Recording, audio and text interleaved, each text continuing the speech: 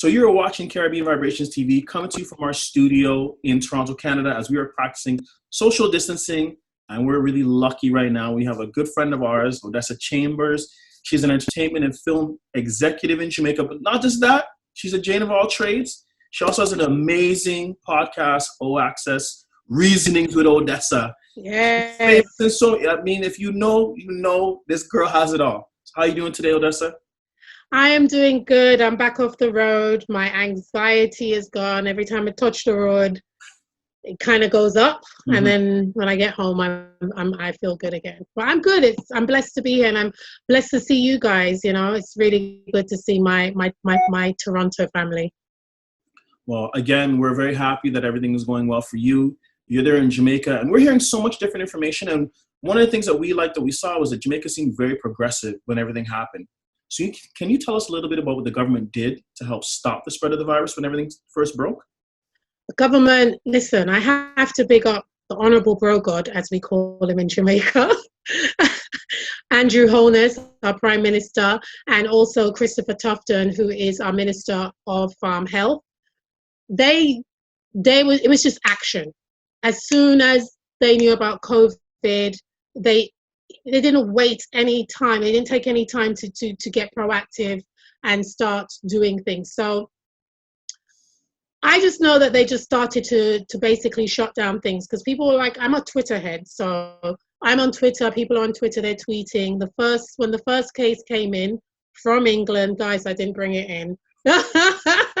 When it came in from England, the first thing that they did is started to shut down our borders, shut down the planes, get the last planes out of the country, and start to shut down our borders. We don't technically have borders, it's sea, but you know what I mean. Yep. And then after that, they started to do curfews in certain places where the pandemic, or where the COVID was much central. And the first one was in St. Thomas, because that's where the first patient zero came in from. So they had a curfew in that community there for about a week or two, just to kind of deal with the curve there. And then after that, they lifted that. A lot of people that live in the UK and America, who some of them fled, wish that they actually stayed in Jamaica, because they can see that Jamaica, they feel a lot more safer in Jamaica. We can't afford, I think we have about 30 ventilators here, and we can't afford for anything to happen where it's just spreads. We're now, I think, at 59 cases in Jamaica, and I just don't even want it to get to 100. So I just have to big them up. They've been doing so much work, and they've been proactive, and information's been getting out every hour on the hour. It's amazing. I'm very proud. I think you should be, because even, I don't know if you saw that video and everybody got on WhatsApp, but that guy was just chatting, yo, we're on road, run. Then 2 hours later, you get the message with the man's in jail, like he's locked out. And he had to do a public apology as well. What? I was like, yeah, he had to do a public apology. Yeah. And it was the funniest thing, because you'd get the one video, and then 2 minutes later, you get the next video. So, hats off to Jamaica, because, I mean, I like the fact that citizens are getting involved as well, too, because, again, it is something it's not like before. It affects everybody. So we have to be proactive as a society. We have to be very proactive as a society. It's just like the talk of the town now is COVID. Even when they had the hearing of Vibes Cartel, it was like a break and everybody stopped. Then, no, he's not coming out. All right, back to COVID, back to social distancing. I don't think, though, what I really think the government what they need to do as well still is that people cease to forget that people are poor, especially in the inner cities. In the inner cities, a lot of people live in one room. So when we have a curfew that has been taking effect from last week, and I think it ends on the 8th for a week. I hope they extend it, to be honest. I really hope they extend it. But when they want to, everybody has to go inside, there's only one room where people have to go inside. Everybody has to coop up. So how do people in the inner city social distance? You know what I mean? So it brings that conversation as well globally, that social distancing or physical distancing is a privilege. Yes, it is. Yes, it's a privilege. We've seen that and had that conversation as well too. I'm very glad you brought that up, which brings me to our next point is that, we as Caribbean people, whether you're from Jamaica, Barbados, wherever, we're all connected. But one of the things we always see when something happens, we unite. So we found out, about a telethon that's happening in Jamaica. So can you give a bit of information about that telethon this Easter weekend? Yeah, this telethon, I think, from what I've got my information, it's put on in association with the Ministry of Culture and Gender and VP Records. So what they're doing is that they're trying to raise funds to, I guess, to bring in more, you know what I mean, money into the island, and so that we can get stuff to build for the hospitals, ventilators, etc., etc. Today on Daytime Live, when we had our show as well, we had the private sector, the chairman of the private sector, they've launched a fund for people like yourself in the diaspora, myself and local people, to put money towards that we can help our poorer people with a smaller business, the vendors, those type of people as well, to survive as well. So I'll send you some more information, but it was a really, really good initiative that they've set up. The president alone has put together 1 million Jamaican out of his own pocket. They're talking to Butch Stewart, as you know, and Adam Stewart, who are of the Sandals company, and a lot of other high rollers in Jamaica as well to put in, but also me and you can put in. It doesn't matter if it's $20 or Canadian or US or whatever. We've just got to do what we've got to do to help our nation and to build our nation as well. So I hope that initiative is also done in Barbados with my other Prime Minister, Mia. Yeah, big up Mia. And also in Trinidad and everywhere, Guyana, Grenada, everywhere. I hope that all private sectors, everybody gets together to start building their nation, and that the pandemic can kind of just leave the country so that we can kind of get back to normal, because, we are heavily relying on the business. We're outdoor people, so a lot of our events have closed down. Tourism is affected heavily, and people eat from that. Yeah. Mm-hmm. Exactly. And I mean, that, like you said, tourism is affected on a such large scale. But what we got to do is hopefully when everybody listens and we flatten this curve, we know we won't go back to where it was, but it'll be a new normal. And hopefully things will start to come back. Because a lot of people who we speak to, they're like, I just want to know when I can travel. I want to go back to Jamaica. I want to go back to the Caribbean. Because like you said, people are cooped up right now. So they're at home. They're in one or two. People are in 2-bedroom houses here too, or 2-bedroom apartments. Yeah. And they're like, the Caribbean is an escape for them. So Right. that's why they're very invested, whether they're from the diaspora or we have a lot of people who just love Jamaica. So they want to know what's going on. I still want people. Not only people are wanting to come home for the sake of a holiday. I think this time is a time for us as people in the diaspora globally to start investing back home, buying property, wanting to come home. You should have your home in Barbados. Just in case anything happens, you can jump and take your children.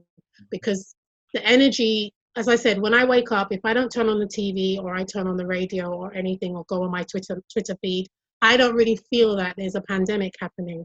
It's just very peaceful. I can still go outside. I can still pick my mangoes. I can still, you know what I mean? We still have a little more leeway than people in the United Kingdom would, or even Canada or America does. So I am urging everybody who watches this show to start investing back home in the Caribbean. In fact, start investing in the Caribbean. If you're not of Caribbean descent, for our people, go to Africa and invest in Africa and start buying property and start investing back home. But anyway, segue into that. That's something that I also do speak about in my podcast. It's called Reasonings with me, Odessa.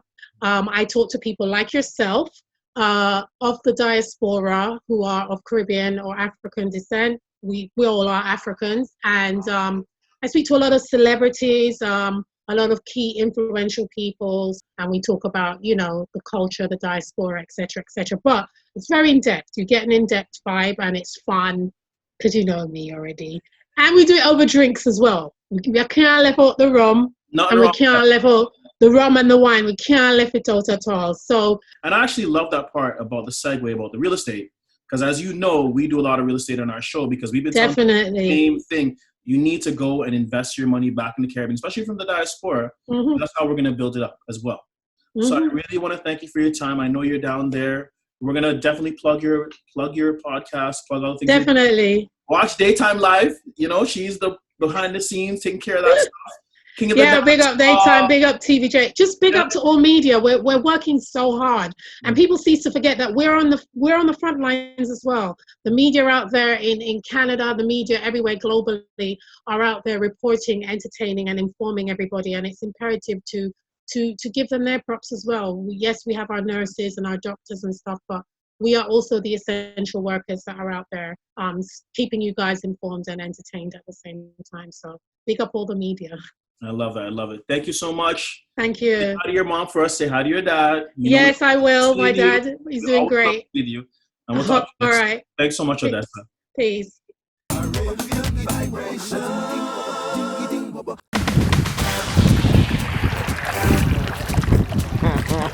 Don't forget to follow us on social media at caribvibetv.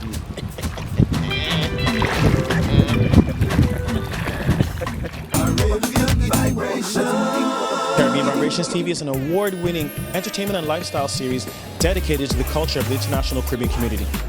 Every week we take our viewers on a journey that captures the energy and influence of the Caribbean diaspora on a global scale. Our exclusive and unique content brings viewers the best in Caribbean travel, festivals, music, business, food, fashion, and cultural treasures globally. Caribbean Vibrations TV, all things Caribbean. You are watching Caribbean Vibrations TV, coming to you from our studio in Toronto, Canada, as we're practicing social distancing. And we're lucky enough today to have the Queen of Soca, Miss Alison Hinds, coming to us from Barbados. How are you doing today down in BIM? I'm pretty good, actually. I'm actually pretty good. Yeah, I am. How are you? I'm good. Thanks for asking. I'm good. I'm in Toronto. We're kind of on lockdown. Not like you guys. We're just, practicing our stuff. But tell me, what's the mood in Barbados? How is the local Bajan community dealing with all this? I guess leading up to, because we're on 24-hour lockdown. So we are not supposed to be moving around unless it is absolutely essential. So and actually, when I say lockdown, I mean like the supermarkets are closed, everything. So they're not even allowing people to go to the supermarkets because Bajans didn't know how to behave. Because people are, the supermarket, some of the supermarkets had set up, lines so that to encourage people in social distancing. And, some places, people were observing that and they were, keeping their distance. And then in other places, people still in the line up on the one another and, And so we went on curfew, and the curfew was from 8 p.m. to 6 a.m. And then the government decided, maybe like a couple of days into that, the government said, okay, no, we shut down everything, 24-hour lockdown. And they announced that like 7 o'clock the evening and said, well, tomorrow, 5 o'clock, we locking down everything. So everybody went into a mad panic. There was hordes of human beings trying to get into supermarkets. And of course, now that is defeating the whole purpose of social distancing. So it's like, what is happening? Like, people just completely lost their minds, freaked out, because we weren't expecting that to come the way it did. And so if we'd had a couple of days warning, you still would have had the panic buying, but I guess it would have kind of been stretched out over the couple of days kind of thing. But as it was the one day. So there were people who were like, well, we gotta try to get something. And so that was madness. That was absolute madness. And since then, I've been home. So I don't even know what the road, I don't even know what the street looked like, to tell you the honest truth. I have no idea. I am not out there. I'm getting my my input from WhatsApp and videos that are coming in. But I do believe that a lot of people are staying in, a lot of people are staying home. From what I understand, there's still people like moving around during the day, and the police are, they're patrolling everywhere. If they find people gathering, they break up the gatherings and be like, you're supposed to be home. That's where you're supposed to be. The good thing for me is, or for us, is that we live on a farm. So I can actually leave my house and I can go walking. So I've been doing my training. I can't meet with my trainer anymore, but I can walk. We've got paddocks, and because there's horses, my husband is the farm manager. So we have little hills and valleys and stuff, so I can go outside and I can get some sun, and so my lockdown is a little bit different. It's a little bit different to the average person. It's good that you're in that lucky situation. Now, a lot of people, they've been cooped up now. You guys have been on lockdown, you've been on curfew, people getting some cabin fever. I mean, there's only so much Netflix you can watch. Let me tell you. What advice do you have to your fans in the Caribbean diaspora about practicing social distancing, and 2, how to get through all this? Well, in terms of the social distancing, I mean, it only makes sense. I mean, if you don't know how the virus is transmitted, then you are definitely living under a rock, and you have no Wi-Fi, and you're not on social media, and you don't have cable, and I don't know, you're excuse me, living in a bush or something, I don't know. So basically everybody from the smallest kid, knows how the virus is transmitted. And this is not the time to go and visit friends. This is not the time to go and, hang on the beach. Actually, for the first time ever in my life, our beaches are closed. Our beaches. That's crazy. And all of our beaches are public. We don't have any private beaches. That's Barbados. That's the one thing that I'm very happy has been kept for all these years. We have never allowed any company, no matter how big, to privatize a beach. So all the beaches are public. They're open to anybody and everybody. And our beaches and our parks are closed. You cannot go on them. You cannot go. And I'm a beach baby. That's where I train, actually. I train at the beach, in the sea. And it's common sense. You know what I mean? We know to wash your hands. And of course, I had my part in that with the yeah, we posted that. Excuse me. So a lot of people have, held on to that. So yeah, it just makes sense. And think about other people. Even when you're going to shop, like, okay, you want to buy enough food for you and your family, but don't try to buy up everything, because then somebody else isn't going to get, and somebody else is going to be in a situation where they're lacking and they're needing. And this should be a time to look out for others and to be your brothers and your sisters' keeper. This is that time. If there was ever a time, this is that time. When you get the opportunity and you go to a shop or whatever it is, don't try to buy up everything in the shop. Leave something back for somebody else. Oh Lord, man. Like, I just hope that coming out of this, that we come out better than we went in.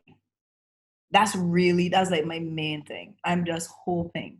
The thing is, despite however this whole thing started, whether it was released, whatever it was, whether it's a mutation, a natural mutation, a man-made mutation, whatever it is, the point is that people are dying. And they're dying by the thousands. And that is very real. And when I found out, because I had no idea. I have people that live in New York. And when I found out that they have mobile morgues, because the morgues cannot hold any more bodies, if that is not sobering enough, then there's nothing else that I could do. There's no other way that I could convince you. The fact that you have mobile morgues, the fact that morticians are like, well, we soon will have no more room, to hold people. And it's like, we don't have it on that level in the Caribbean. But if we did, that would decimate us. We don't have even the volume of people that New York alone has, far less more the entire US. And we're very small. Barbados is just under 300,000 people. And the islands, we're very small. And for something like this to like run rampant through our communities, that's scary in and of itself. And so, as I said, I hope that we come out on the other side better than we went in, that we're learning something from it. Not just in terms of hygiene or although that's a good one, that's a real good one. But just in terms of learning about yourself, understanding that so many things that we took for granted, just leaving your house and going for a walk and going to a bar and ordering and going for dinner and meeting friends and for a little lime. All of these things that we so took for granted are no longer there. There's no access. There's no anything. It's like it's just not there. It doesn't exist right now. So let's hope that the world comes out of this better than it went in. I love that. That's some great advice. I really hope that people listen. And I want to thank you so much for your time, Alison. Thank you so much for having me. Always a pleasure to see you coming to us from your farm in Barbados. We really appreciate your time. And you're watching Caribbean Vibrations. Thanks for watching Caribbean Vibrations. Follow us on social media at caribvibetv or visit our website, caribbeanvibrationstv.com. I'm your host and guide, Alan, and we'll see you next time on Caribbean Vibrations.